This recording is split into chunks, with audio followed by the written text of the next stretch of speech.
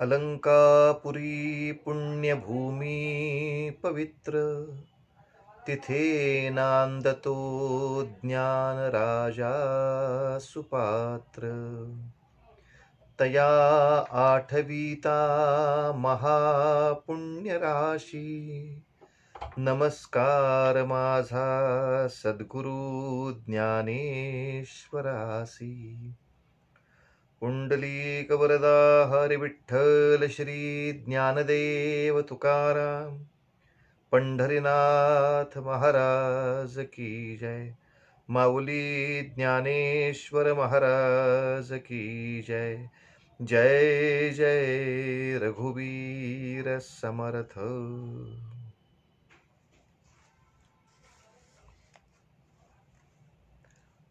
आज या प्रवचन मालेमध्ये एका विशिष्ट दिवशी मला आमंत्रित केलं आहे। आपण सारेच या दिवसाचं महत्त्व जाणता। तेव्हा भारताचा स्वातंत्र्य दिन आणि ज्ञानेश्वरी या दोन्हीचा संबंध एकत्र जुळेल असं बोलायला हवं। आजच्या दिवसामध्ये आजचा हा सगळा परम मंगल स्वातंत्र्याचा दिवस ज्यांच्यामुळे आपल्याला अनुभवता आला, त्याही सगळ्यांचं एक विनम्र स्मरण होणं हे आवश्यकच आहे। आणि त्याचबरोबरीनं ज्ञानेश्वरीतल्या काही ओव्यांचं चिंतन होणं हेही आवश्यक आहे। म्हणून बघ, ज्ञानेश्वरीमधल्या ओव्या आणि आजच्या देशवीरांची स्मृती या साऱ्यांना एकत्र करून काही एक छोटासा विषय आपल्या समोर मांडायचा प्रयत्न करणार आहे। सर्वांचा आशीर्वाद असावा अशी प्रार्थना आहे। मुद्दाम जो भगवद्गीतेचा 3रा अध्याय म्हणजे कर्मयोग, त्यातल्याच काही ओव्यांवर थोडंसं चिंतन आपल्या समोर मांडतो आहे। कारण कर्मयोग हा शब्द घेण्याचं कारण असं, किंवा कर्मयोग हा अध्याय निवडण्याचंही कारण असं, की सर्वजण जाणतो आपण की भगवद्गीतेच्या 1ल्या अध्यायामध्ये अर्जुन विषाद योग आहे। त्याला दुःख प्राप्त झालेलं आहे, त्याला वैराग्य आलेलं आहे आणि तो आता युद्ध करायला तयार नाही। 2ऱ्या अध्यायामध्ये सांख्ययोग सांगितला आहे, स्थितप्रज्ञाची सगळी लक्षणं सांगितली आहेत आणि असा असा तू हो, असा तयार हो, अशा तऱ्हेची अपेक्षा व्यक्त केली आहे। पण असा असा मी व्हायचा असेन तर मी सुरुवात कुठून करू, याचा जो अभ्यास आहे तो 3ऱ्या अध्यायामध्ये सुरू होतो। म्हणजे आणखीन सोप्या भाषेमध्ये जर सांगायचं झालं तर कोणी कीर्तन शिक्षणासाठी आला, त्याला आपण थोडंसं कीर्तनाचं प्रशिक्षण दिलं आणि कीर्तनाला उभं केलं। आता पहिल्यांदाच कीर्तनाला उभं राहिल्यानंतर त्याच्यासमोर सगळी त्याची नातेवाईक माणसं बसलेली ती सगळी पाहिल्यावर तो घाबरून गेला बिचारा, आणि तो घाबरून खाली बसला। तो आपला 1ला अध्याय आहे। मग 2ऱ्या अध्यायामध्ये आपण त्याची समजूत काढली, अरे असं घाबरून नाही उपयोगाचं, उठ उभा राहा। अरे बघ कसे मोठमोठे ज्येष्ठ कीर्तनकार कसं समाज प्रबोधन करतात ते पहा। आणि आपण अनेक ज्येष्ठ कीर्तनकारांची यादी त्याच्यासमोर जर सांगितली की ह्या महाराजांकडे पहा, या महाराजांच्याकडे पहा, ह्या कीर्तनकारांचं बघ चरित्र, तर हा सगळा सांख्ययोग त्याला कळला। म्हणजे स्थितप्रज्ञ कसे असतात आणि कशा तऱ्हेनं मोठी माणसं असतात हे त्याला कळलं। पण इतक्या सगळ्या मोठ्या लोकांचे आदर्श ऐकल्यानंतर तो म्हणेल हे सगळं मोठं आदर्शवत आहे, हे छानच आहे, पण मी ह्याची सुरुवात कुठून करू? डॉक्टरेट कितीही मोठी असली तरी सुरुवात ही इयत्ता 1ली पासूनच होणार ना, बालवाडीपासून होणार ना। तर बालवाडीचा अभ्यास कुठला, 1लीचा अभ्यास कुठला, 2रीचा अभ्यास कुठला, 3रीचा अभ्यास कुठला, या पायऱ्यांनीच मला वरती जावं लागेल। तेव्हा त्यातली महत्वाची 1ली पायरी आली आहे, तो कर्मयोग आहे। पुढे आपण सगळे जाणता की पुढे संन्यास योगही आहे, भक्तियोगही आहे, कर्मसन्यासाचं चिंतन झालेलं आहे, क्षेत्रज्ञ ह्या विषयाचं चिंतन झालंय, आसुरी संपत्ती, दैवी संपदा याही विषयाचं चिंतन झालंय. पण इतक्या सगळ्या चिंतनामधून सुद्धा प्रधान योग कुठला जर सातत्याने दिसत असेल तर तो कर्मयोग आहे. कारण 1-2 अध्याय झाल्यानंतर किंवा त्या प्रत्येक अध्यायामध्ये एखादा तरी श्लोक, एखादी तरी ओवी, तर आता हे कळलं ना तुला, उठ आणि तुझ्या योग्य कर्माला सिद्ध हो, अशा तऱ्हेचा उपदेश सातत्याने चालू आहे. आणि ज्या ग्रंथाची सुरुवात मनुष्य कर्माला विन्मुख होणं ही आहे आणि ज्या ग्रंथाचा परिणाम मनुष्य त्याच्या कर्माला प्रवृत्त होणं हे आहे, तो ग्रंथ कर्मयोग प्रधान आहे यात संशयच नाही. कुठल्याही तर्काने आपल्याला हे स्वच्छपणे पटू शकतं. म्हणून तर ह्या भगवद्गीतेचा आपल्या सगळ्या या देशवीरांना लाभ व्हावा म्हणून लोकमान्य टिळकांनी जे गीता रहस्य लिहिलं, या गीता रहस्य ग्रंथाचं दुसरं नाव कर्मयोग रहस्य असंच आहे. कारण झालं असं की मध्यंतरीच्या काळामध्ये बऱ्याच लोकांनी, बऱ्याच तत्वज्ञ लोकांनी भगवद्गीतेचा सातत्याने संन्यासपर अर्थच लोकांच्या डोक्यासमोर जास्त मांडला. त्यामुळे गीता ऐकली, ज्ञानेश्वरी ऐकली की माणूस संन्यास घेऊन पळून जाणार, अशी एक भीती, विचित्र भीती समाजामध्ये निर्माण झाली. तर ही भीती किंवा ही निष्कर्मता निघून जावी, नष्ट व्हावी, कारण ती अपेक्षित नाहीये ना.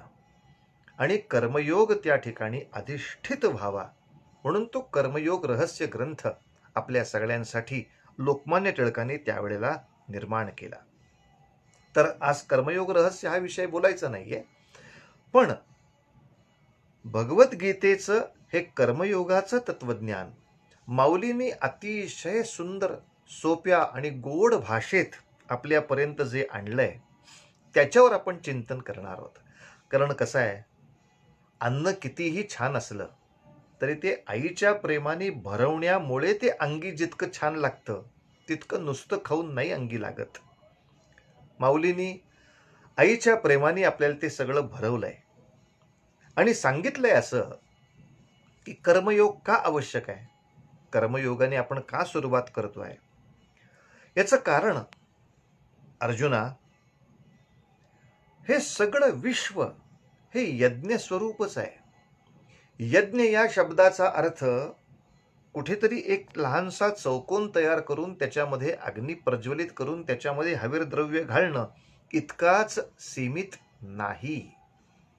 यज्ञाचा एक अर्थ हा आहे यात संशय नाही, पण अनेक अर्थांमधला हा एक अर्थ आहे की आपण काही विशिष्ट वृक्षांच्या समिधा जमा कराव्यात आणि त्याच्यामध्ये एक विशिष्ट द्रव्य म्हणजे तूप असेल, तांदूळ असेल की ज्याच्या ज्वलनामुळे वायू शुद्ध होतो, त्या पद्धतीचा होम आपण करावा.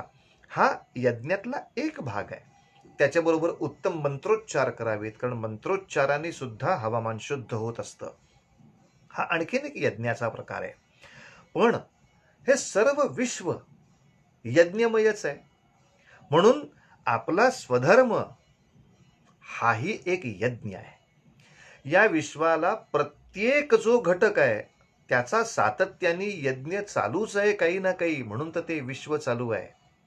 या विश्वाकडे नीट पहा आणि आपापला स्वधर्म प्रत्येक जण पाळतायत आणि आपला स्वधर्माचा यज्ञ प्रत्येक जण संपन्न करतायत, म्हणून हे विश्व चालू आहे हे लक्षात घे. या ठिकाणी स्वधर्म या शब्दाचा अर्थ थोडा लक्षात घ्यायला हवा. इथे स्वधर्म याच्यामध्ये हिंदू धर्म का मुस्लिम धर्म का ख्रिश्चन धर्म का पोर्तुगीजांचा धर्म असं चिंतन नाहीये, कारण त्या काळात हे कोणी धर्म, हे कोणी पंथ निर्माणच झालेले नाहीत. मग इथे धर्म या शब्दाचा अर्थ काय होतो, तर गीतेच्या माध्यमातून आपण चिंतन करताना किंवा ज्ञानेश्वरीच्या माध्यमातून चिंतन करताना इथे धर्माचा अर्थ होतो कर्तव्य. एक छोटासा फरक आपल्याला सांगतो.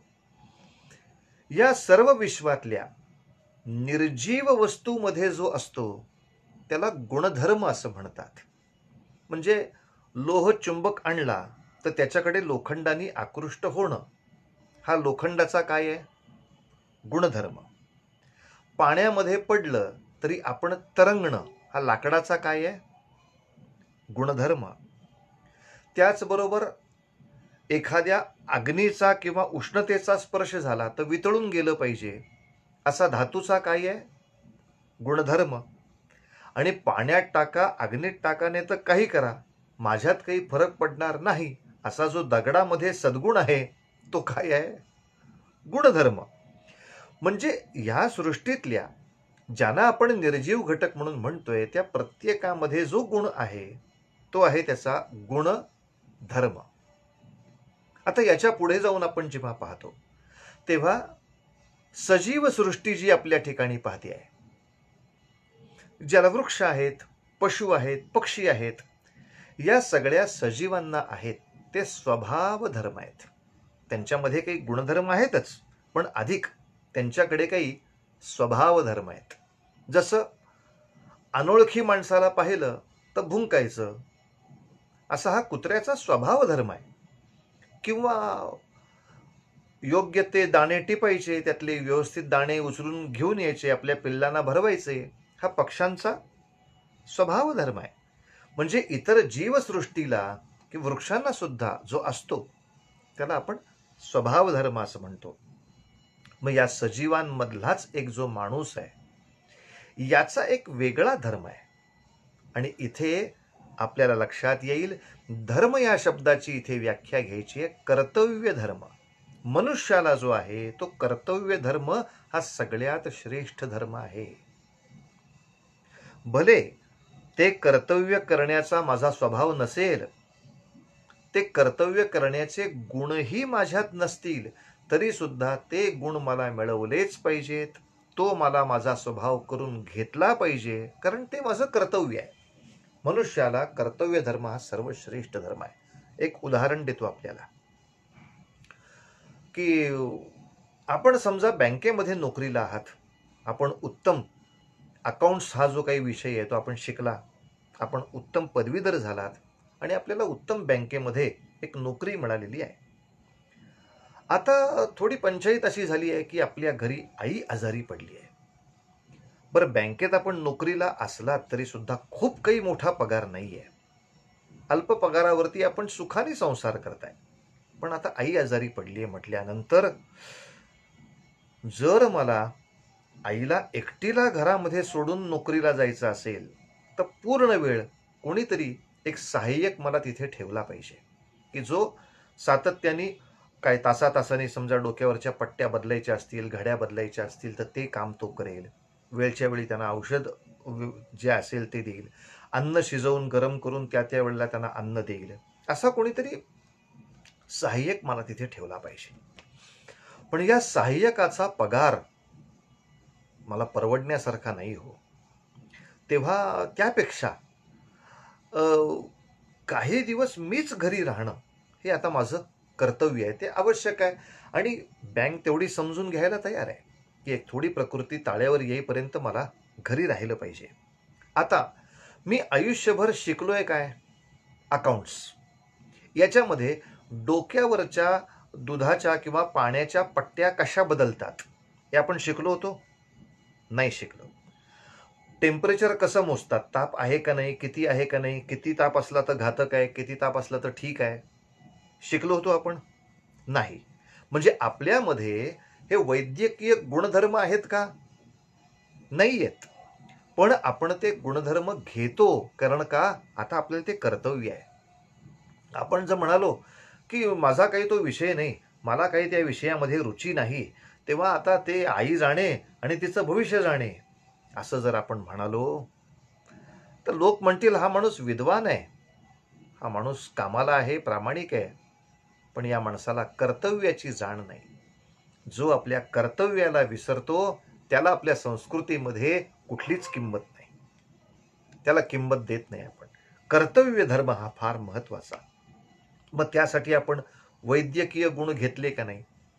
याचबरोबर आता 24 तास आपल्या आईच्या उशीपाशी बसून राहणं, आई तुला आता भूक लागली आहे का, तुला आता बाहेर जाऊन फिरून आणू का, असं हे सगळं विचारणं हे माझा स्वभाव नाही हो. बँकेत मी अधिकारी माणूस आहे, तिथे बसलं की कसं टिंग टिंग टिंग असं टेबलवर घंटी वाजवली की माणूस चहा आणून देतो. इथे मीच 50 वेळा विचारायचं तुला हे हवंय का, तुला ते, माझा काही स्वभाव नाही. पण मला सांगा, स्वभाव जरी तो नसला तरी आता तो स्वभाव करावा लागेल का नाही? का? तर कर्तव्य महत्वाचं आहे. कर्तव्य महत्वाचं आहे. म्हणून मनुष्याला स्वभाव जरी त्याचा तो नसला, जरी गुणधर्म त्याच्याकडे नसले तरी त्यांनी गुण मिळवले पाहिजेत. त्यांनी तसा स्वभाव स्वतःचा केला पाहिजे. पण आपलं मनुष्य म्हणून जे कर्तव्य आहे, जे भगवंताला अभिप्रेत आहे मी ह्या सृष्टीमध्ये वागणं, ते कर्तव्य मला पूर्ण केलं पाहिजे. आणि त्या कर्तव्य पूर्तीचा आनंद प्रचंड मोठा आहे. यासाठी कर्मयोगाचं निरूपण आपल्या समोर करताना माऊली आपल्याला असं सांगतायत की जे संपत्ती जात आघवे ते हवन द्रव्य मानावे, मग स्वधर्म यज्ञे अर्पावे आदी पुरुखी. माऊली सांगतायत हे संपत्ती जात आघवे, म्हणजे भगवंतानी तुला ज्या ज्या प्रकारची संपत्ती दिली ती सारी संपत्ती, ती अवघी संपत्ती हे तुझ्या स्वधर्माच्या म्हणजे कर्तव्याच्या यज्ञातलं हवन द्रव्य आहे. याला तू जाळायचं आहेस. आपल्याला काय काय संपत्ती दिली जरा कल्पना करा. आपल्याला आरोग्य चांगलं दिलंय भगवंतानी, आपल्याला आर्थिक स्थैर्य दिलंय थोडं काही होईना भगवंतानी, आपल्याला वाणीचं वरदान दिलंय भगवंतानी, आपण उत्तम अभ्यास करून मोठे होऊ शकतो अशी आपल्याला बुद्धी दिली आहे भगवंतानी. ही सारी जी संपत्ती आहे, आपल्याकडे संघटित होण्याची एक प्रवृत्ती आहे ती पण दिली आहे भगवंतानी. आपली बुद्धी असो, शक्ती असो, धारणा असो, ही सगळी संपत्ती, ही संपत्ती कशासाठी आहे? आपला स्वधर्म नावाचा यज्ञ पूर्ण करण्यासाठी आहे, स्वधर्म यज्ञासाठी आहे.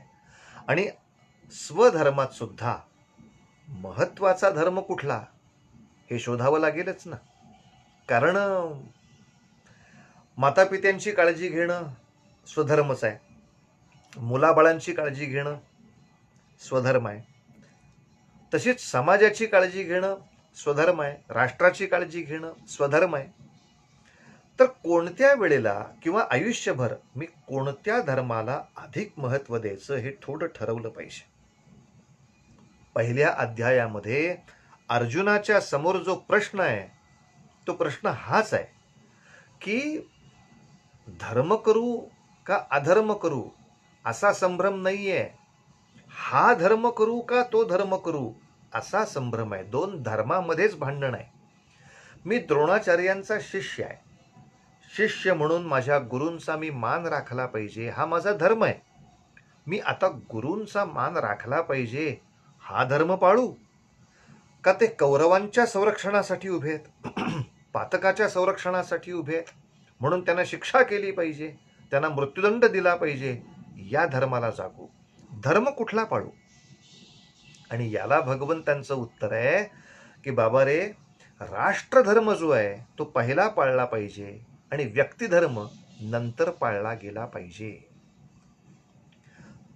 तू द्रोणाचार्यांचा शिष्य आहेस हा तुझा व्यक्तिगत धर्म आहे, तू भीष्माचार्यांचा नातू आहेस पणतू आहेस हा तुझा व्यक्तिगत धर्म आहे, तू दुर्योधनाचा कौरवांचा भाऊ आहेस हा तुझा फक्त व्यक्तिगत धर्म आहे.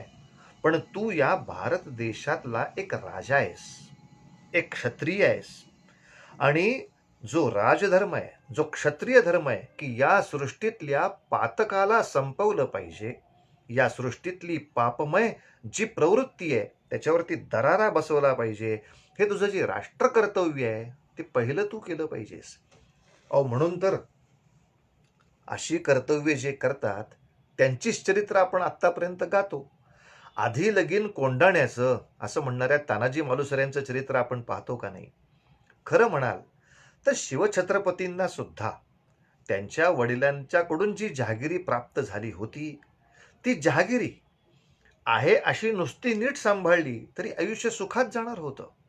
मग ही दुःख का ओढवून घेतली? कशासाठी ओढवून घेतली? तर राजांनी सुद्धा हाच विचार केला असं आपल्याला दिसेल ना, की परमेश्वराच्या कृपेने मला एका उच्च अशा सरदाराच्या कुळात जन्म मिळालाय. परमेश्वराच्या कृपेने मला शस्त्राची विद्या मिळाली आहे. परमेश्वराच्या कृपेने मला संघटनाची शक्ती मिळाली आहे. परमेश्वराच्या कृपेने मला समाजात मान सन्मान मिळालाय.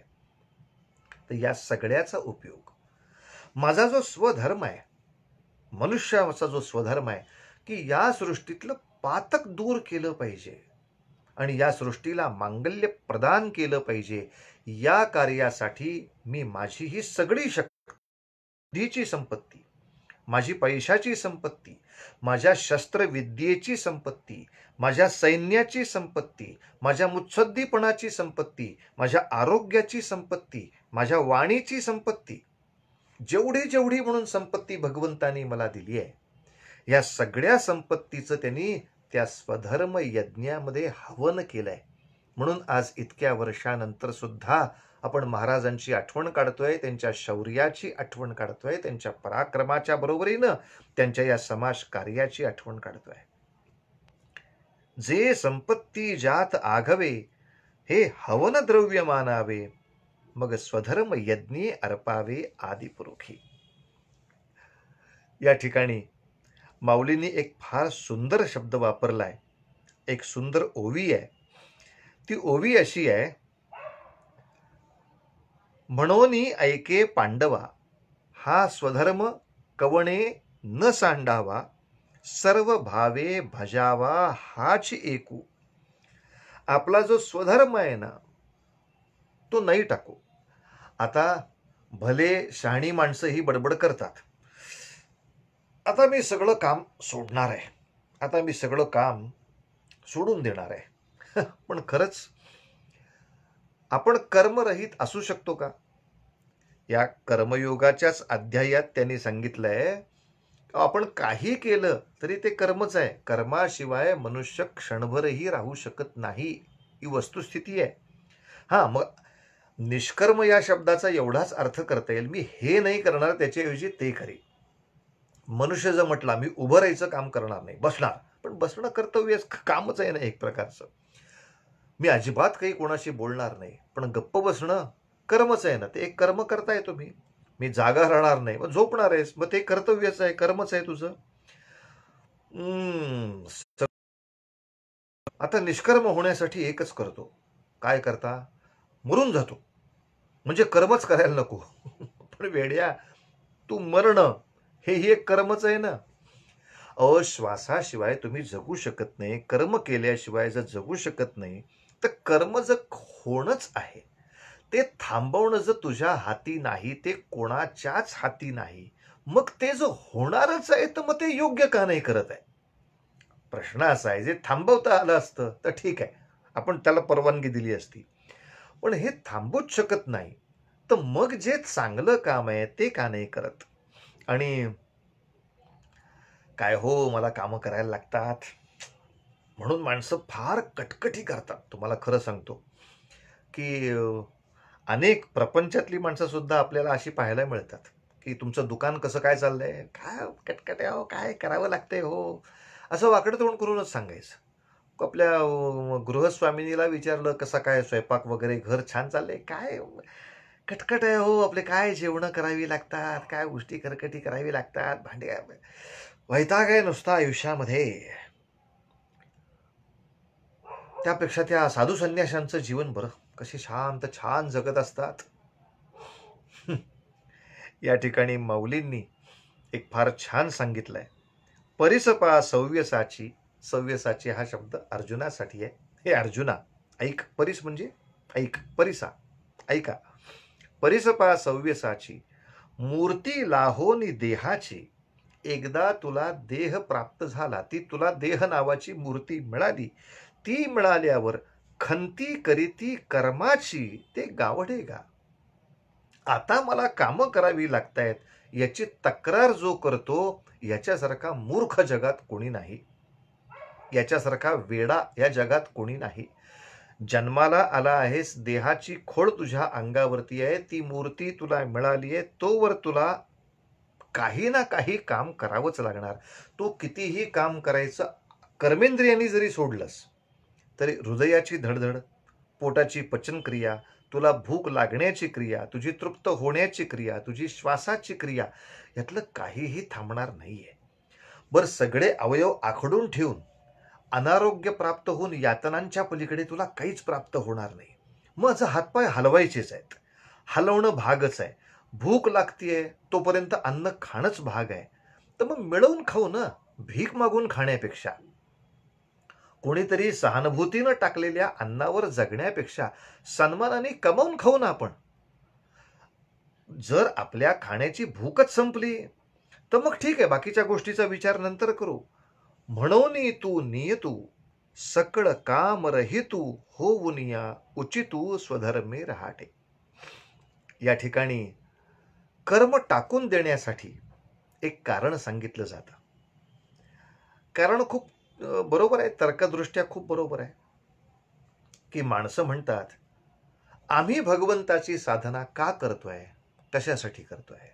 तर जन्म मरण नको आता, नको ये रझार, नको लौकिकाचा नाथा व्यर्थ बडीवार, चंद्रभाहो पांडुरंगा मन करा थोर, कैवल्याच्या चांदण्याला भुकेला चकोर. आम्हाला जन्म मृत्यूच्या या फेऱ्यातून मुक्त व्हायचं आहे, आम्हाला मुक्ती हवी आहे, म्हणून आमची साधना चालली आहे. मग कर्म सोडलेलं बरं ना? कारण अहो महाराज, कुठलंही कर्म केलं की त्याचे चांगले किंवा वाईट काहीतरी परिणाम होणारच. ते परिणाम या विश्वामध्ये उमटणार आणि ते परिणाम नंतर या जीवाला भोगावे लागणार. म्हणून तर आपल्या सर्व साधू पुरुषांनी आपला एक विशिष्ट गृहस्थाश्रमाचा काळ संपल्यावर आपणहून वानप्रस्थाश्रम स्वीकारलाय. तो कशासाठी? भागवत काय आम्ही वाचलं नाही का? भागवत ग्रंथ आम्हाला काही माहीत नाही का? त्याच्यामध्ये आली ना कथा ती. तो कोण? भरत नावाचा राजा होता. त्यांनी सर्वसंग परित्याग केला, अरण्यामध्ये जाऊन राहायला लागला. फक्त परमेश्वराची साधना, यापेक्षा दुसरं काही कार्य करायचंच नाही. वनातच राहत असल्यामुळे तिथली कंदमुळं फळं जी उपलब्ध होती तेवढीच खायची. समोर नदी आहे, त्याच्यामध्ये स्नान आहे फक्त, आणि 24 तास परमेश्वरी साधना.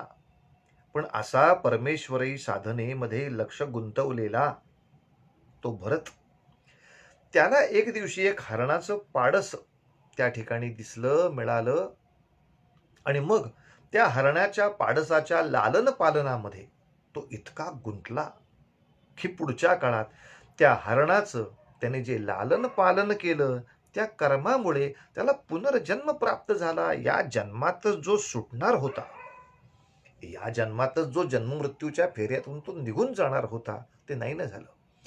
त्यांनी पालन करण्याचं कर्म केल्यामुळे, त्या पालनामध्ये तो अडकल्यामुळे त्याला पुन्हा हरणाचा जन्म घ्यायला लागला. तो हरणाचा जन्म संपवून मग परत मनुष्याचा जन्म घ्यायला लागला. त्या जन्मात त्यांनी परत एकदा सर्वसंग परित्याग केला. त्याचं नाव तेव्हा जडभरत असं पडलं. मग त्यांनी स्वतःचा उद्धार करून घेतला, वगैरे वगैरे सगळी कथा आम्हाला माहिती हो. तर आम्हाला जर जन्म मरणाच्या पलीकडे जायचं आहे तर मग कर्म करायला का लावता? आता देहाची कर्म जी आहेत, जी देह जगूच शकत नाही अशी कर्म आहेत, ती होत राहू देत. पण आणखीन नवीन काहीतरी फळ मिळवण्याची कर्म कशाला करावीत? कारण ती चांगली फळं असोत नाही तर वाईट फळं असोत, भोगण्यासाठी परत यावं लागणार हो, पुनर्जन्म घ्यावा लागणार. म्हणून कर्म नको असं माणसं म्हणतात. तर याला उत्तर माऊलींनी फार सुंदर दिलंय. म्हणजे भगवंतांनीच ते उत्तर दिलंय, त्याचं फार गोड रूप माऊलींनी आपल्या समोर दिलंय. ते म्हणजे कर्म केल्याने काहीतरी परिणाम सृष्टीवर होतात, यात संशय नाही. मग या परिणामांचं फळ चांगलं असो वाईट असो, या जीवाला भोगावंच लागतं. हा नियमही बरोबर आहे. पण जर ती कर्म जर तो स्वधर्म कामना रहित होऊन केला तर त्याचे जे काही परिणाम होतील ते आपल्या जीवाला चिकटत नाहीत, ते पुनर्जन्माला कारण होत नाहीत, ते आपल्या मुक्तीच्या आड येत नाहीत. कामना रहित म्हणून या ठिकाणी किती सुंदर शब्द वापरलाय माऊलीनी. म्हणून तू नियतू सकळ काम रहितू होऊन या उचितू स्वधर्मे रहाटे. जे स्वकर्मे निष्कामता अनुसरले पार्था कैवल्य पद तत्वता पावले जगी. ज्या ज्या लोकांनी आपला स्वधर्म पाळला मात्र तो निष्काम पद्धतीनं पाळला. निष्काम या शब्दाचा अर्थ परत एकदा लक्षात घ्यायलाच पाहिजे. आपल्याला मुक्ती हवी आहे, हे कामच आहे ना. मग आपल्याला मुक्ती मिळावी म्हणून आपण साधना करतोय, आपण निष्काम कसे? ते याचा अर्थ थोडासा समजावून घ्या. पारमार्थिक इच्छा याला कामना नाही म्हणत, ऐहिकाच्या इच्छेलाच कामना म्हणतात. म्हणजे मला संपत्ती प्रचंड मिळावी, माझी कीर्ती खूप चांगली व्हावी, मला अनेक सुख समृद्धी प्राप्त व्हावी, या सगळ्या कामना ह्या डोक्यामध्ये ठेवून मी जर कर्मरत झालो तर ते सकाम कर्मरत झालो. पण ह्याच सगळ्या गोष्टी मी माझा जो स्वधर्म करतोय ती परमेश्वराची पूजा म्हणून करतोय, त्यांनी मला करायला सांगितलं म्हणून करतोय, ते त्याच्या चरणाशी मी अर्पण करून माझा मी मोकळा होणार, असा पूर्ण निष्काम भाव जर असेल तर मात्र त्या कर्माचा कोणताही लेप आपल्याला चिकटत नाही. पण हे निष्काम होणं इतकं सोपं नाही बरं. पहिल्या सुरुवातीला थोडी सकामता आपल्याला सोडत नाही, याला पर्याय नसतो. पण हळूहळू का होईना जीवनामधली काही काही कर्म तरी आपण आता अशी हेतू पुरस्सर केली पाहिजेत की जी आपल्यासाठी नव्हे, ती परमेश्वरार्पण करायची आणि त्याचा नंतर आठव सुद्धा करायचा नाही. आठवण आली तरी किमान त्याचा उच्चार करायचा नाही किंवा त्या आठवणीत रमायचं नाही. तो विषय झाला, ते अर्पण करून झालं, आता पुन्हा नाही. नाहीतर मला सांगा, त्याची आठवण जर सातत्याने असेल मग ते अर्पण केलं या शब्दाला काय अर्थ राहिला? माणसं आम्हाला खूप वेळा अशी गमतीशीर माहिती सांगतात, मी कशा कशाचा त्याग केलाय तुम्हाला कल्पना नाही. मी इतक्या वर्षाचा होतो तेव्हा एवढ्या एवढ्या रकमेचा दानधर्म केला होता, एवढा त्याग केला होता. मी एवढ्या वयाचा होतो तेव्हा एवढ्या एवढ्या वस्तू लोकांना दिल्या होत्या, एवढा दानधर्म केला होता. मी या वयाचा होतो तेव्हा मी एवढ्या एवढ्या जागा लोकांना दान केल्या होत्या, हे केला होता, तुम्हाला कल्पना नाही. काही वेळेला असं सगळं सांगितलं की हसायला येतो. म्हणजे त्याच्या मनातून ह्यातल्या कुठल्याच गोष्टीचा त्याग नाही झालेला. खऱ्या अर्थाने निष्कामता किती अवघड गोष्ट आहे. पण काही काही कामं अशी असायला हवीत की ज्याचं फळ आपण अपेक्षित करायचंच नाही, किंबहुना ते भगवंतालाच अर्पण करून टाकायचं. अशी निष्कामता आपल्या स्वकर्मामध्ये ठेवणं, याने विश्व चांगलं राहतं आणि आपल्याला कशाचाही लेप लागत नाही. अर्थात निष्काम केलं की आपोआपच कुठलंही पापकर्म होणार नाही ना. निष्काम पापकर्म कोणी करू शकत नाही. पापकर्म असेल तर ते कुठेतरी ऐहिकाच्या कामनेशी जोडलेलं असल्याशिवाय पापकर्म होणारच नाही. एक साधं उदाहरण, आपल्याला संपत्ती मिळावी म्हणजे स्वतःला संपत्ती मिळावी, आपण श्रीमंत व्हावं, या हेतूनं एखाद्या गुन्हेगार मनुष्यानं एखाद्या माणसाचा जीव घेतला आणि त्याच्याकडची संपत्ती लुबाडली, तर जीव घेण्याचं कर्म त्यांनी केलं. आता याचा परिणाम, तो फाशी जाईल, त्याचा जीव जाणार, त्याला श्रीमंती काही काळ प्राप्त होईल, पण तो पकडला जाणार, त्याच्यावरती गुन्हा साबित होणार, तो फाशी जाणार. समजा या जन्मी त्याला नाही शिक्षा मिळाली तर पुढल्या जन्मी त्याला ती शिक्षा भोगावीच लागणार. मी माझ्या सुख स्वार्थासाठी कोणाचा जीव घेतला तर मला त्याचा लेप लागतो, मला ते भोगावंच लागतं. पण अशा एखाद्या गुन्हेगाराला एखाद्या न्यायाधीशानं जर फाशीची शिक्षा सुनावली तर एका अर्थाने न्यायाधीशानं त्या गुन्हेगाराचा प्राण घेतला का नाही? न्यायाधीशानं त्या गुन्हेगाराचा जीव घेतला का नाही? मग त्याने जीव घेतला तर त्याचा जीव जायला पाहिजे असा न्याय असेल तर न्यायाधीशांनी पण याचा जीव घेतला, मग आता न्यायाधीशाला पण फाशी दिलं पाहिजे ना. असं होतं का? नाही होत. का नाही होत? तर न्यायाधीशानं जो जीव घेतला तो कायद्याला अर्पण केलेला विषय आहे. त्याचं स्वधर्म कर्तव्य जे आहे त्या कर्तव्य यज्ञासाठी त्यांनी केलेला विषय आहे. यामध्ये त्याला फाशी देण्यात त्याचा एक पैचा सुद्धा स्वार्थ नाही. बरं, फाशी नाही दिला तर एक पैचा सुद्धा त्याला तोटा नाही आहे. त्याचा पगार चालू आहे, त्याचं काम चालू आहे. मी इथे कुठल्याही ऐहिकाच्या आणखीन समृद्धीची कामना करत नाही, कुठल्याही भयाचा मला स्पर्श होत नाही. अशा वेळेला जे निष्काम कर्मयोग केला जातो त्यामुळेच आपोआप कैवल्य पद सुद्धा प्राप्त होतं. कैवल्य पद प्राप्त करण्यासाठी स्वकर्म स्वधर्म सोडायची गरज नाही, असं सातत्याने आपल्याला सर्व संतांनी आचरून दाखवलंय. पहा, संतांचं तर आपल्याला आचरण माहितीच आहे की पांडुरंगाची प्राप्ती व्हावी, पांडुरंगाचं दर्शन व्हावं म्हणून काही सावतामाळ्यांनी मळा करायचं थांबवलं नाही, रोहिदासांनी चपलेचं दुकान कधी थांबवलेलं नाही, गोरा कुंभारांनी कधी मडकी घडवायचं थांबवलेलं नाही. आपला जो स्वधर्म आहे, जे स्वकर्म आहे, आपल्या कुटुंबाचं परित्राण केलं पाहिजे, हे जे कर्तव्य आहे ते अत्यंत आनंदाने, ही पांडुरंगाची पूजा आहे अशा भावनेने ते आनंदाने करत राहिले. अर्थात नवीन संतच नव्हे, पूर्वापार भागवत ग्रंथाचा आपण जर नीट अभ्यास केला तर आपल्याला कळेल की कैवल्य पद प्राप्त झाल्यानंतर सुद्धा हे लोक कर्मरत राहिलेत आणि त्यांची आठवण करून दिली आहे माऊलींनी या ठिकाणी. देख पा जनकाधिक कर्मजात अशेख, न सांडिता मोक्ष सुख पावते जाहले. या ठिकाणी जनकाचा उल्लेख माऊलींनी केलाय. जनक राजा म्हणजे रामचंद्रांचे सासरे बुवा, ते विदेही होते, पण एवढी विदेही अवस्था स्वतःला प्राप्त असताना सुद्धा ते राज्य सांभाळत होते आणि राजधर्म योग्य रीतीनं परिपालन करत होते. हा इतिहास लक्षात घ्या. अर्थात नुसते जनकाधिक म्हणजे आधी, जनक आधी अनेक राजे, त्यातली 2-3 नावं आपल्या समोर ठेवतो. पहा, ध्रुवबाळ आपल्याला माहिती आहे, उत्तानपाद राजाचा मुलगा होता, तपस्येसाठी अरण्यात गेला, भगवान विष्णूंचं दर्शन झालं, त्याला कैवल्य पद प्राप्त झालं. हे पद प्राप्त झाल्यानंतर ध्रुवानी आपलं आयुष्य संपवलंय का हो? नाही संपवलं. ध्रुवानी आपल्या वडिलांचं राज्य सांभाळलं. प्रल्हादाची कथा तशीच नाही का, हिरण्यकश्यपू नावाच्या राजाच्या पोटी त्याचा जन्म झालाय. आपल्या वडिलांच्या पापाचरणाशी त्यांनी सतत संघर्ष केला आणि या संघर्षामध्ये नरसिंह रूपामध्ये भगवान प्रगटले, हिरण्यकश्यपूचा वध केला आणि मग हिरण्यकश्यपूचा वध केल्यानंतर त्या प्रत्यक्ष परब्रह्म परमात्म्याचं दर्शन प्राप्त झालं, कैवल्य प्राप्त झालं.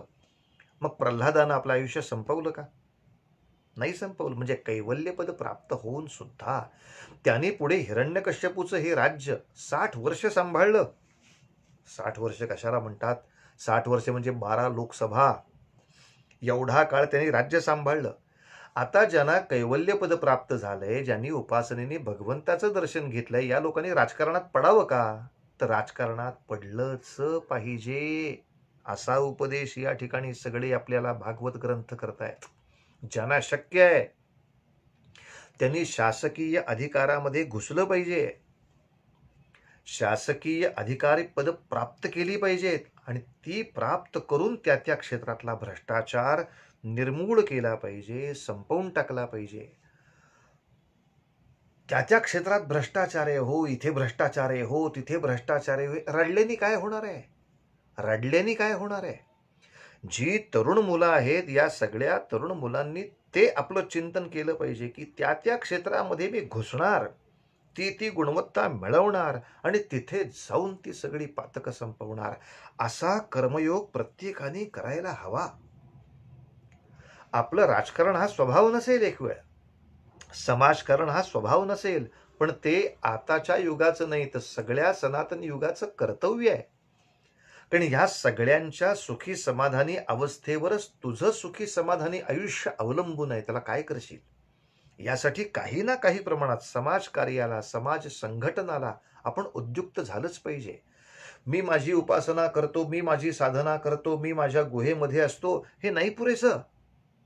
तू बाहेर येऊन 100 लोक एकत्र केले पाहिजेस. या सगळ्या बहुत लोक मेळ व्हावे, एक विचारे भरावे. नाही तर मला सांगा, ज्ञानेश्वर माऊलीने तरी हा सगळा खटाटोप करायचं काय कारण आहे हो? त्यांना कैवल्यपद प्राप्तच आहे. मागील जन्मी मुक्त झालो असं हरिपाठामध्येच त्यांनी निर्वाळा दिलाय आपल्याला. मग ते का आले? आम्ही वैकुंठीचे वासी आलो याची कारणासी, बोलले जे ऋषी ते साच भावे वर्ताया. हे विश्व कसं सांभाळायचं याच्यासाठी ऋषी मुनींनी आपल्याला जे कर्तव्य सांगितली आहेत, कर्तव्य शिकवली आहेत, ती आम्ही आचरून दाखवण्यासाठी जन्माला आलोय. म्हणून कैवल्यपद प्राप्त झाल्यानंतर सुद्धा लोकांना सन्मार्गाचं शिक्षण देणं, शिकवण देणं, यासाठी माऊलींनी नुसती ज्ञानेश्वरी लिहिली नाही, त्याचा प्रचार केलाय, प्रसार केलाय. लोकांची दगडं खाल्ली वेळ प्रसंगी, लोकांचा विरोध सहन केला, पण लोकांनी जसं वागायला पाहिजे, विश्व स्वधर्म सूर्ये पाहो, प्रत्येकाला आपापला स्वधर्म कळला पाहिजे. त्या धर्मातला पहिला धर्म कुठला हे कळलं पाहिजे. जेवायला बसायचंय म्हटल्यानंतर अन्न घेतलं पाहिजे ताटात, बरोबर आहे. ताट घेतलं पाहिजे, बरोबर आहे. वाट्या घेतल्या पाहिजेत, बरोबर आहे. पाट घेतला पाहिजेत, बरोबर. आपण ह्याच्यातलं पहिलं काय करायचं? यातलं पहिलं काम करायचंय, ताट वाटी भांड सगळं घेऊन, पाट घेऊन त्याच्यामध्ये अन्न घेतलं की पहिलं त्याच्या भोवती पाणी फिरवायचंय. ते भगवंताला नैवेद्य म्हणून दाखवायचंय आणि पाणी फिरवल्यामुळे ते निर्जंतुक करून घ्यायचं आहे. तसं शेतकऱ्याला सुद्धा जे कळतं की गोठ्यामध्ये आल्यानंतर बदा बदा बदा बदा सगळ्या गाई गुरांच्या समोर चारा टाकला म्हणजे काम संपत नाही. त्यात काही मारकुटे बैल असतात जे बाकीच्यांना चारा खाऊ देत नाहीत. तेव्हा शेतकऱ्याचं काम, शेतकरी काय म्हणणार? माझं काम काय? शेत लावण्याचं आहे, शेत उगवण्याचं आहे, धान्य पेरण्याचं आहे, धान्य उगवण्याचं आहे, धान्य विकण्याचं आहे, आणि गाई गुरांना चारा घालण्याचा आहे. आता ते मारकुटे बैल काय करतात ह्याच्याकडे काही मला लक्ष द्यायला वेळ नाही. तो काही माझा स्वभाव नाही या सगळ्या भांडणामध्ये पडण्याचा. असं कोण शेतकरी म्हणतो मला सांगा? असे गलथान शेतकरी कधी आहेत? नाही. आपला शेतकरी वर्ग केवढा सजग असतो. तो पहिला त्या मारकोट्या बैलाची वेसण धरतो, त्याला त्याच्या त्या जागेपासून बाजूला काढतो. मेल्या तुला दिले तेवढं खा, बाकीच्यांच्या तोंड घालशील तर याद राख. काही काळ का होईना जे सत्ताधीशांनी केलं पाहिजे, जे शासकीय अधिकाऱ्यांनी केलं पाहिजे, हे आपापल्या परीनं तो करतच असतो शेतकरी. पण शेतकरी जो करतो ते बाकीचे सगळे करत नाहीयेत. हाच तर सगळ्यात मोठा आपल्याला त्रास होतोय. अरे बाबा, असं स्वधर्मामध्ये सगळ्या भक्तांनी राहिलं पाहिजे. आपलं जे सामाजिक कर्तव्य आहे, समाजातल्या पातकी लोकांवर सज्जनांच्या शक्तीचा दरारा असला पाहिजे. आणि हा दरारा उत्पन्न करण्यासाठी जे जे आवश्यक आहे ते सर्व सज्जनांनी केलं पाहिजे. म्हणून या ठिकाणी ही उपमा दिली आहे की बघ जनकाधिक हे सगळेजण. मात्र हे सगळं करून आपल्याला कुठलं तिकीट मिळेल, आपण कोणी आमदार होऊ, आपण कोणी खासदार होऊ, अशा कामना डोक्यात नको. आपल्याला चैनीची इच्छा नको. निष्कामता, आपल्याला ही देवाची पूजा करायची आहे. मांगल्य निर्माण करणं हे भगवंताच्या चरणी अर्पण करायचं आहे. या भावनेनं जर केलं तर विश्व तर चांगलं होईलच, कर्तव्य पालनाचा आनंदही मिळेल आणि कैवल्यपदही प्राप्त होईल असं आश्वासन भगवंत देत आहेत. तसं माऊली सुद्धा त्याची खात्री देत आहेत. आणखीन एक पुढला विषय खूप छान आहे. का कर्मरत राहिलं पाहिजे? म्हणजे मला समाधी योगाचा आनंद प्राप्त झाला, मी समजा अष्टांग योग प्राप्त केला आणि यम नियम आसन प्राणायाम प्रत्याहार ध्यानधारणा या सगळ्या पायऱ्या ओलांडून मी जर पुढे आलो, मला समाधी जर प्राप्त झाली, तरी सुद्धा मी ही समाज हिताची, कुटुंबाच्या हिताची, लोकांच्यावरच्या संस्काराची कामं का केली पाहिजेत, का करावीत? माझा मी आपला मस्त धून लावून समाधीमध्ये बसलोय असा का राहू नये? दुर्दैवाने भारतातले लक्षावधी साधू बैरागी अशा तऱ्हेनं स्वतःमध्ये मग्न होऊन बसलेले दिसतात. तेव्हा असं हृदय कळवळतं की अरे, भगवंताचा हा संदेश तुमच्यापर्यंत का नाही पोचत? तुम्ही सामान्य माणसापेक्षा जास्त कार्यरत दिसला पाहिजेत. तुम्ही जास्तीत जास्त लोकांना भेटताय, तुम्ही जास्तीत जास्त लोकांना स्वच्छतेचा संदेश देताय, तुम्ही जास्तीत जास्त वेगवेगळ्या वाड्या वस्त्या स्वच्छ करताय, तुम्ही वेगवेगळ्या ठिकाणी जाऊन संस्कार वर्ग घेताय, तुम्ही सगळ्या वेगवेगळ्या ठिकाणी जाऊन अनेक लोकांना संघटित करून त्या ठिकाणी एक शक्ती, असं सारखं काहीतरी असं करताना ही माणसं दिसली पाहिजे. तो तर आपापल्या बेळामध्ये नागोबा डुलत बसावा, तसे काही वेळेला बस गांजा पिऊन मगन राहे ना, अशी ज्या वेळेला दृश्य दिसतात मनाला यातना होतात. की भगवंतानी सांगितलंय, ज्ञानेश्वरांनी सांगितलंय, काय सांगितलंय पहा, फार महत्वाचं आहे. येथ वडील जे जे करीती तया नाम धर्मू ठेवती, तेच येर अनुष्ठिती सामान्य सकळ. सर्व साधू संतांनी, महंतांनी, भक्तांनी, उपासना मंडळाच्या सभासदांनी, अध्यक्षांनी उपासने व्यतिरिक्त ही जी समाज कार्य केली पाहिजेत, का केली पाहिजेत, तर येथ वडील जे जे करीती तया नाम धर्मू ठेविती. पुढची पिढी ही मागच्या पिढीकडे, मागच्या पिढीतल्या मोठ्या लोकांकडे बघून कसं वागायचं ते शिकते, म्हणून काम केलं पाहिजे. त्यांना जर दिसलं की स्वच्छ भारत अभियानात माझे वडील काहीच करत नाहीत, वृक्षारोपण या प्रक्रियेमध्ये माझे आजोबा काही काम करत नाहीत, त्याच्यानंतर भ्रष्टाचार मुक्तीसाठी संघर्षामध्ये माझे काका, माझी आत्या काहीच काम करत नाहीत, ते कार्ट कशाला करायला बसले हो काही. तुम्ही आध्यात्मिक दृष्ट्या कितीही मोठे असा, तुम्ही प्रापंचिक आणि सामाजिक कर्तव्य करत नाही असं म्हटलं की पुढची पिढी ती कर्तव्य टाकूनच बसणार आहे. म्हणून आपापल्या घरामध्ये सुद्धा हा आपल्याला नियम पाळला पाहिजे. की काही माणसं म्हणतात, अहो काय हो, आमच्या घरातली मुलं गंध सुद्धा, गोपीचंदन सुद्धा साधं लावत नाहीत हो. म्हणले काय, याचं पुष्कळचं कारण त्याच्या नातेवाईकांमधले 90% लोक गंध लावत नाहीत. वडील जे जे करती तया नाम धर्मो ठेविती. आमच्या वडिलांनी गंध न लावता त्यांचं काय नडलंय, काही नडता अशातली गोष्ट नाही. पण ऋषी मुनींनी आपल्याला जे एवढे छोटे छोटे आचार धर्म दिलेत, प्रत्येक मोठं यंत्र हे छोट्या छोट्या स्क्रू आणि नटनीच घट्ट बसलेलं असतं. एवढ्याशा स्क्रूनं काय होतंय असं आपल्या डोक्याचा स्क्रू हल्ल्यासारखं कधी बोलू नये. प्रत्येक स्क्रू महत्वाचा आहे. आपण पूजा कशी करतो, वाडवडिलांची पूजा बघूनच पोरं करणार आहेत. आपण जर म्हणालो, हा तू तुझी कामं करत राहा, मी पूजा करून घेतो, हे चुकलंय, लक्षात ठेवा. वाडवडिलांनी लक्षात ठेवलं पाहिजे, सुट्टीच्या वेळेला आपल्या मुलांकडनंच पूजा करून घेतली पाहिजे. तू कशी पूजा करतोस ते मला बघायचं आहे. आणि पोर सुद्धा त्याच्या कामात असलं तरी ते निरीक्षण करतं, तुम्ही कशी पूजा करता, तुम्ही कसं जप करता, तुम्ही कशी पोथी वाचता, तुमची नित्यता किती आहे, तुमचं सातत्य किती आहे. म्हणून जरी आपल्याला मोठी पदवी प्राप्त झाली असली तरी सुद्धा आपलं नित्यकर्म जे आहे ते सातत्याने साधू संन्याशांनी, मोठ्या लोकांनी सतत चालू ठेवावं. लोकांना दिसेल असं चालू ठेवावं, कारण तुझ्याकडे बघून समाज शिकणार आहे. तेव्हा असं जर समाजाचा स्वभाव आहे तर तू ते करत राहिलं पाहिजेस. या दृष्टीने आपल्याला रामदास स्वामींचं केवढा मोठा आदर्श आहे पहा बरं. की तुकोबाजे सांगतात, मऊ मेणाहून आम्ही विष्णुदास, पण कठीण वज्रास भेदू ऐसे, भले तरी देऊ कासेची लंकोटी, पण नाठाळाचे काठी हणू माथा. ही जी विष्णुदासांची अपेक्षा केली आहे महाराजांनी, अरे असा विष्णुदास कसा असला पाहिजे, यासाठी समर्थांनी लगेच आदर्श दिला, माझ्यासारखा असला पाहिजे. मग 1200 सूर्यनमस्काराचं त्या ठिकाणी व्रत केलं, देह असा भीमरूपी तयार करून घेतला की समर्थांची मूर्ती समोर उभी राहिली तरी टाप नाही कोणाच्या बापाची पापाचरण करायला. ही तुम्ही आदर्श निर्माण केले पाहिजेत ना. विवेकानंदांचं एक वाक्य फार छान आहे की माणसं दुसऱ्यांच्या आचरणाकडे खूप बघतात. काय काय हो त्यांची धर्मनिष्ठा, काय हो त्यांचे धर्माचरण, काय हो त्यांची धार्मिक अरे या बाकीच्यांची सगळ्यांची स्तुती करता करता तुझे हात कुणी धरलेत का. तुम्ही करा ना तेवढं उग्र धर्माचरण, तुम्ही करा ना तेवढी उग्र साधना, तुम्ही करा ना तेवढं उग्र संघटन, तुम्ही करा ना तेवढा उग्र आदर्श लोकांच्या समोर उभा, तुमचे कोणी हात धरलेत. प्रश्न दुसरे साधना करतात हा नाहीये, आम्ही भक्त आहोत या अहंकारामध्ये आम्ही इतके लीन आहोत की आम्ही समाजासमोर आदर्शभूत अशी साधना उभी करत नाही, स्वतः ती आचरूनच दाखवत नाही.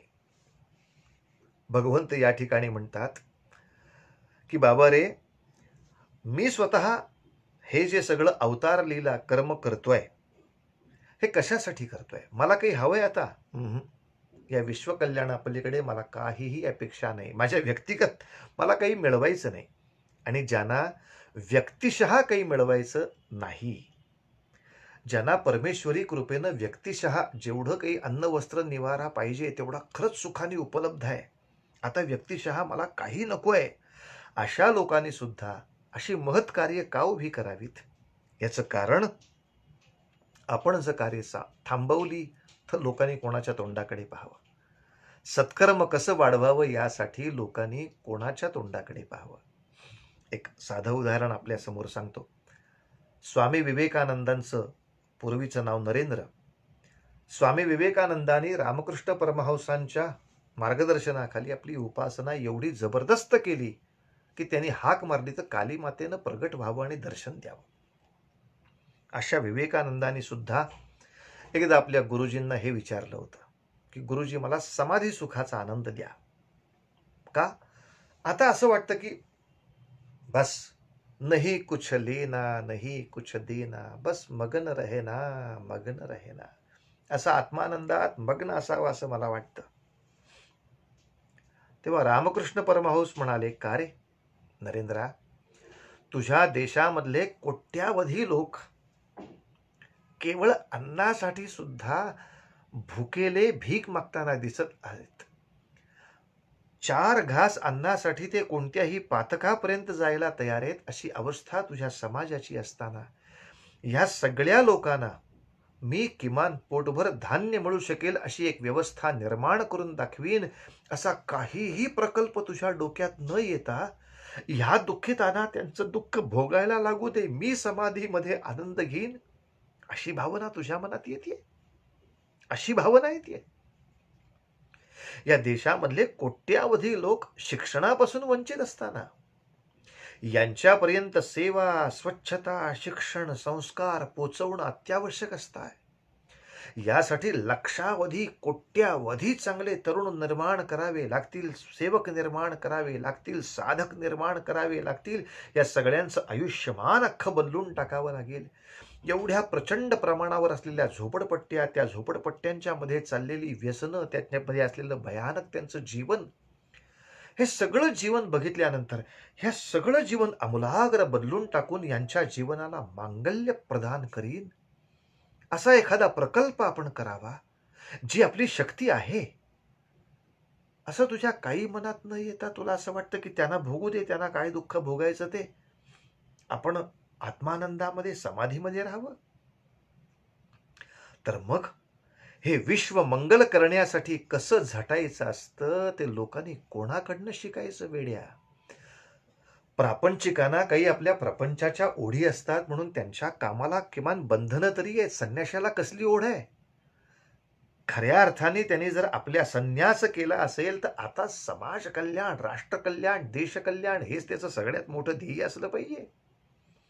प्रचंड मोठं कार्य तू केलं पाहिजेस.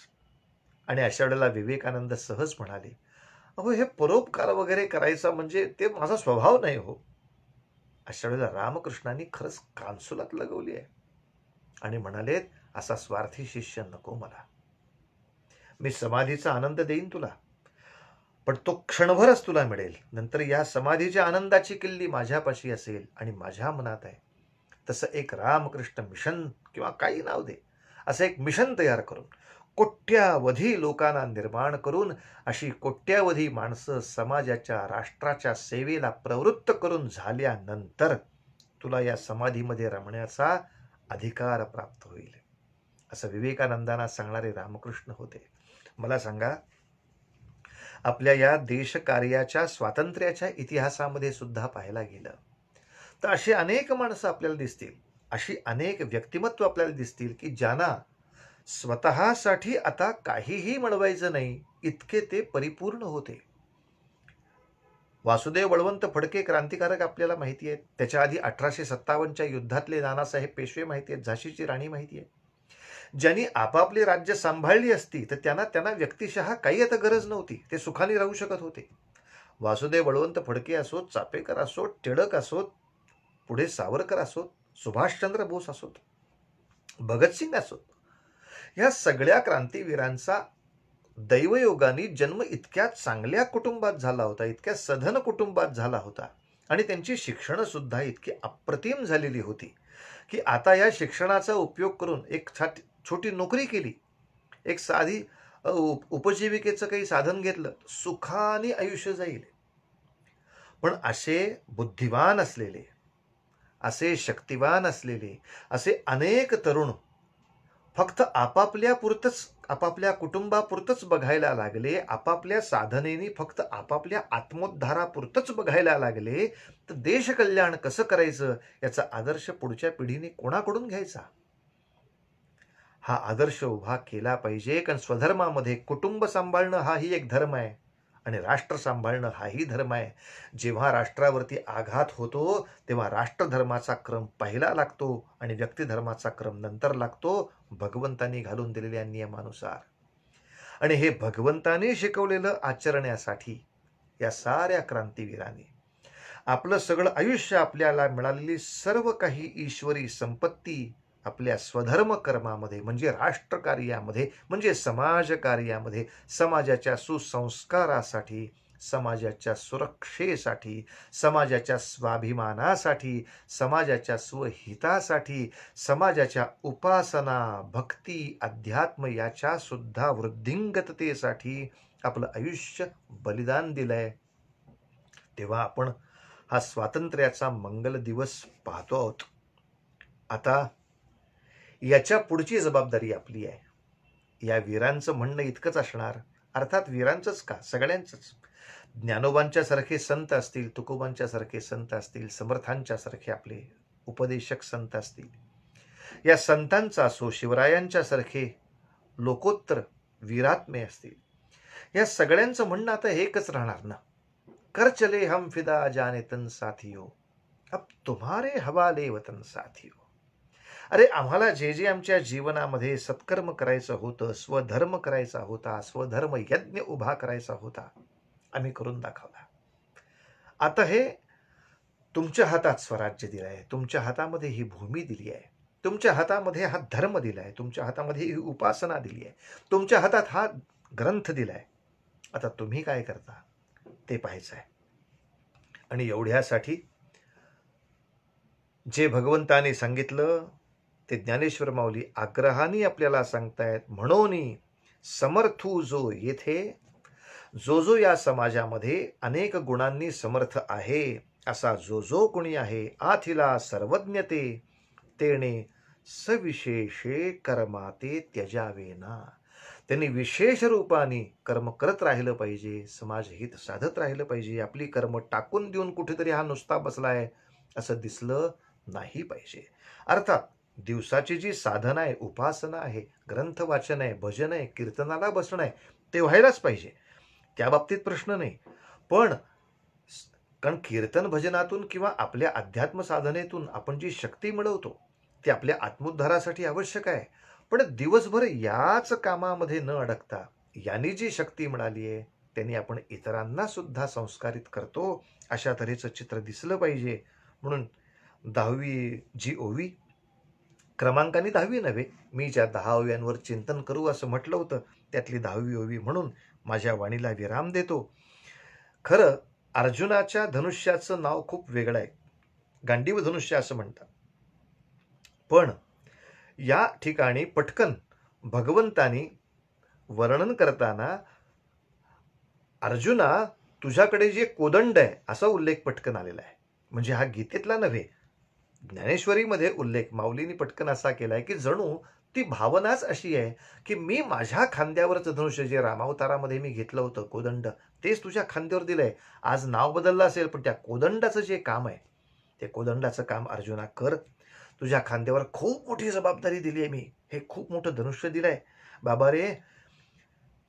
हे सगळं राज्य, हे सगळं राष्ट्र, हा सगळा स्वधर्म सांभाळण्यासाठी प्रपंचाच्या बरोबरीनंच तुला आपल्या सैनिकांचा सहाय्यक व्हायचा आहे, आपल्या पोलिसांचा सहाय्यक व्हायचा आहे. प्रचंड मोठं सामर्थ्य तुला मिळवायचं आहे, प्रचंड तेजस्विता मिळवायची आहे आणि या तेजाने आणि सामर्थ्याने या जगातलं पाप संपवून टाकायचं आहे, जगाला मांगल्य द्यायचं आहे. आता कोदंड घेऊन हाती आरूढपा ये रथी, देई आलिंगन वीरवृत्ती समाधेने, जगी कीर्ती रूढवी, स्वधर्माचा मानू वाढवी, यया भारा पासोनी सोडवी मेदिनी. मेदिनी म्हणजे ही सगळी पृथ्वी पातकाच्या भारापासून मुक्त कर. एवढं मोठं कार्य माऊलींनी आपल्याला दिलंय, एवढं मोठं कार्य भगवंतांनी आपल्याला दिलंय. तेव्हा भगवंतांची ध्यानधारणादी उपासना, नाम जपादी उपासना, कीर्तन प्रवचनादी उपासना चालू ठेवून, समाज कार्य हाताशी घेऊन, समाज संघटित करून, स्वतःचं देह सामर्थ्य आणि तप सामर्थ्य वाढवून, तसंच समाजाचं देह सामर्थ्य आणि तप सामर्थ्य वाढवून या मेदिनीला, या सृष्टीला पातकाच्या भारापासून मुक्त करू, अशा तऱ्हेचा आपला जो प्रण आहे तो माऊलींच्या आशीर्वादाने, भगवंताच्या आशीर्वादाने निश्चित पूर्ण होईल, यात संशय नाही. आज या ज्ञानेश्वरीच्या प्रवचन मालिकेमध्ये 15 ऑगस्टच्या स्वातंत्र्य दिनी एक विशेष प्रवचन म्हणून आपण मला आमंत्रित केलं, एक सन्मान दिलात. आपल्या सगळ्यांचे मनापासून आभार मानतो. स्वातंत्र्य ज्यांनी ज्यांनी आणलं त्या सगळ्या राष्ट्रवीरांना मनापासून प्रणाम. ते स्वातंत्र्य राखण्यासाठी ज्या पोलिसांनी, ज्या सैनिकांनी बलिदान दिलं आणि जे आज रक्षणासाठी सतत उभे आहेत, त्याही सगळ्यांच्या प्रयत्नाला प्रणाम. तसेच रोगाणूंच्या फैलावाचं हे कपट युद्ध जेव्हा आपल्यावरती सगळ्या परराष्ट्रांनी लादलंय, याही संकटातून सोडवण्यासाठी जे डॉक्टर्स आहेत, नर्स आहेत, शासकीय अधिकारी आहेत, स्वच्छता कर्मचारी आहेत, असे जे जे कोणी याही शत्रूशी लढतायत, आपल्याला सुरक्षित ठेवण्यासाठी कार्यरत आहेत, याही सगळ्यांना प्रणाम. आणि या ज्ञानेश्वरीच्या निमित्तानं जे अध्यात्माची सुंदर साधना करतायत, अशा आपल्या सर्व साधकांना सुद्धा प्रणाम करून हे विश्वकार्य आपण निश्चितपणे निर्विघ्न नव्हे तर कितीही विघ्न आली तरी त्या विघ्नांवर मात करून पूर्ण करू, संपन्न करू, असा सगळा आपल्या मनातला हा संकल्प ज्ञानेश्वर माऊलींच्या चरणी ठेवून त्याच्या यशस्वीतेसाठी आपण मागणं मागूया, प्रार्थना करूया, कार्यरत राहूया, एकत्र राहूया आणि या विश्वमांगल्याला याच देही याच डोळा प्राप्त करूया. थांबूया या ठिकाणी. सदा सर्वदा योग तुझा घडावा, तुझे कारणी देह माझा पडावा. उपेक्षू नको गुणवंता अनंता, रघुनायका मागणे हेची आता. जय जय रघुवीर समर्थ माऊली ज्ञानेश्वर महाराज की जय. जगद्गुरु तुकाराम महाराज की जय.